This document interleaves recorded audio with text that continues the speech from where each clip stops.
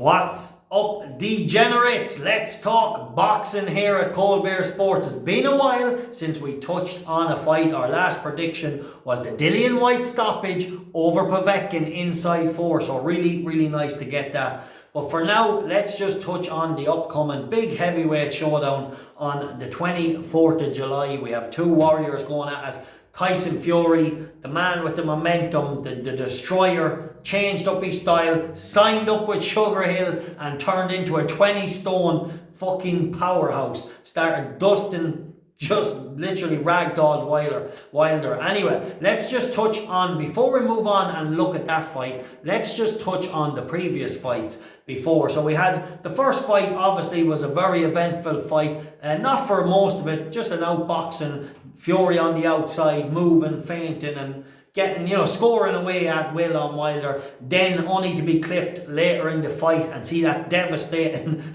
power of Wilder hitting him flush with two amazing shots in the 12th round. So really fight which made then for an amazing rematch, and that's what it was. It was an amazing rematch, that one of the most anticipated fights. Couldn't wait to watch it.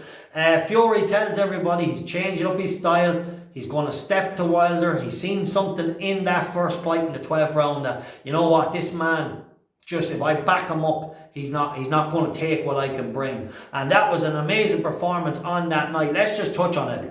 One of the best fighters, heavyweight division, any division, at championship level, like going to America, taking on, a heavyweight champion, not any heavyweight champion, a man that had been putting guys to sleep, hand over fist. So really dangerous fight. Going out there, taking the fight to him. What a lot of people thought was mad, Fury could see it so clear. So really interesting. After the fight, let's just touch then on the aftermath. And I suppose after the storm had finished, a lot of excuses coming from the Deontay Wilder camp. First it was the water, then it was his corner, it was the costume, I don't know, there was the gloves. It was just so many excuses. But I just don't understand. Like, Deontay Wilder, absolutely a killer. I love him. I fancy him against the likes of Dillian Whyte. I think they'd be too slow to get out of the way of his right hand. I think he could probably, I'd favour him over most fighters.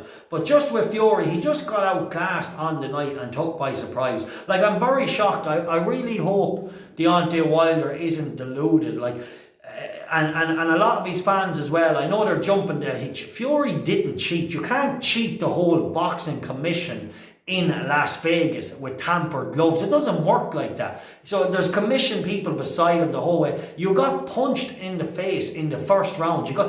Fury hit him with a stiff jab. He stepped into a stiff jab, and from there it was a bad night for Wilder, because Wilder knew that he was in with a beast that night. He was in with a man that was coming for blood, and Fury showed that. So really interesting. He got clipped then around just the equilibrium or whatever they call it. He got a right hand, I think it was in the second round. Then his legs went. That's the only thing that happened to Wilder that night. There's no costume, there's none of this, there's none of that. And all the boxing people as well. Like, I'm only a casual boxing fan, but at the same time I have a profitable opinion in the sport. So let's just touch on it. Like, for me, it's quite simple. He got met with a stiff jab that nearly snapped his head off a couple of times. Then he got hit with a right hand, and then his legs were like jelly.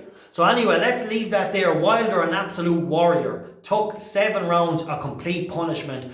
And it was a good job that his corner stood in and helped him out, because he was just taking punishment he didn't need to take. He got dropped with brutal body shots.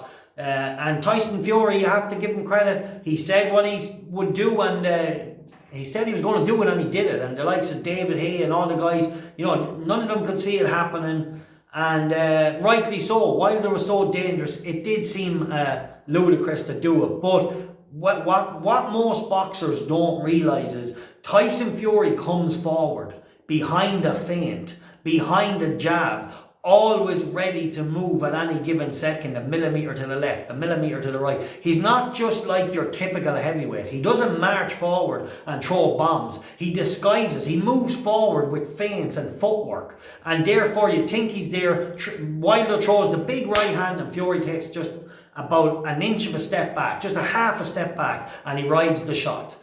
like most heavyweights, they don't realise, and even the likes of Anthony Joshua, the likes of Dillian Whyte, if they come flat-footed with that style to Wilder and try and put that pressure on, when you're flat-footed and you move in straight lines, he's going to knock you the fuck out. That's what Deontay Wilder can do. Anyway, let's leave it there. Let's move on to the third fight. I have to admit, I've been a Fury fan, but I'm not really excited about this fight. I just think he washed them the last day. I'm pretty sure Deontay Wilder doesn't want it. I don't know why he's taking it. I don't know who's telling him. Like, would you want to go back to after a performance like that? Deontay Wilder can change anything he wants, but he can't change his boxing ability. He does not have enough tools to keep off Tyson Fury. Yes, he has that one devastating right hand that he can land and put anyone to sleep. But for me, again, I don't like how quick Fury signed the fight. I would have liked him maybe to look at a few other options and maybe working another way around it for now.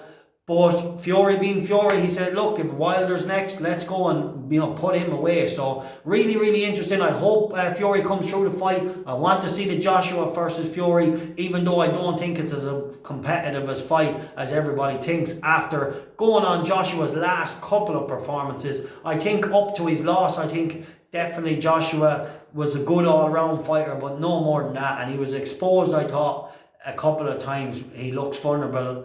And when someone moves as good as Fury, throws hooks like Fury does as well from on the move, I think it could be an early night if Fury fought Joshua. That's just my opinion, but I just think Joshua looks vulnerable to anything around the temple, and I'm sure Fury will have a bullseye on it. Anyway, really, really interesting fight. My prediction for this is, I think Wilder's made a big mistake, but I just hope Fury's took him serious, and or Fury takes him real serious and doesn't sleep on that right hand. But I think we're going to see a clinical performance from Fury. Not maybe as bull rushed this time, but a lot more clinical, and probably stop him inside around 5 rounds. I just think it's a complete mismatch on skill level, and Fury's going to come in heavy. He's going to come in heavier than ever. He's been with Sugar Hill longer than ever. So I just think it's going to be a plant your feet when you need to and let go, but I think he'll move as well. I think he'll step forward, plant the feet, and let a shot or two go.